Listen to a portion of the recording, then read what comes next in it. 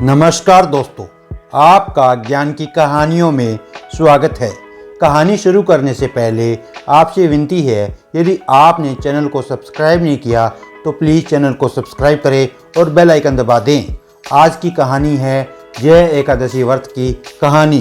पौराणिक कथा के अनुसार जब धर्मराज युधिष्ठिर भगवान श्री कृष्ण से पूछते हैं कि माघ मास की एकादशी का क्या महात्म्य है, तो भगवान श्री कृष्ण कहते हैं कि इसका नाम जय एकादशी है।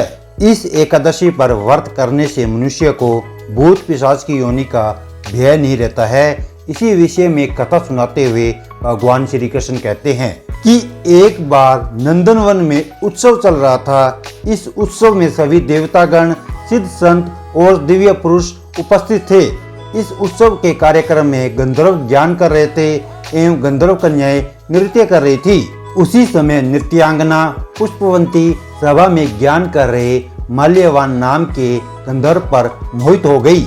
अपने प्रबल आकर्षण के कारण वह सभा की मर्यादा को भूल गई और इस प्रकार नृत्य करने लगी कि माल्यवान उसकी ओर आकर्षित हो जाए। माल्यवान भी उसकी ओर आकर्षित हुए बिना न रह सका। परिणामवश वह अपनी सुध बुध खो बैठा और सुर ताल भूल गया, जिसके कारण वह गायन की मर्यादा से भटक गया। इन दोनों की इस अपकर्म से देवराज इंद्र को क्रोध आ गया।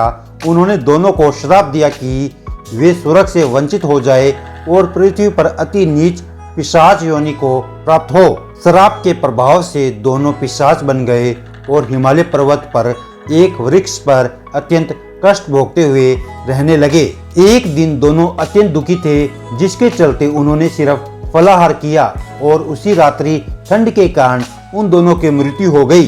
संयोग से उस दिन माघ शुक्ल पक्ष की एकादशी तिथि थी। इस प्रकार से अनजाने में जय एकादशी का व्रत हो जाने के कारण दोनों को पिशाच योनि से मुक्ति प्राप्त हो गई, जिसके बाद वे पहले से भी अधिक सौंदर्यवान हुए और पुनः स्वर्गलोक में स्थान प्राप्त हुआ। देवराज इंद्र दोनों को देखकर आश्चर्यचकित हो गए। तब उन्होंने पूछा कि वे श्राप मुक्ति कैसे हुए, जिस पर गंधर्व ने बताया कि यह भगवान विष्णु की जय एकादशी का प्रभाव है। प्लीज कहानी को लाइक, कमेंट, शेयर जरूर करें और चैनल को सब्सक्राइब करें। धन्यवाद।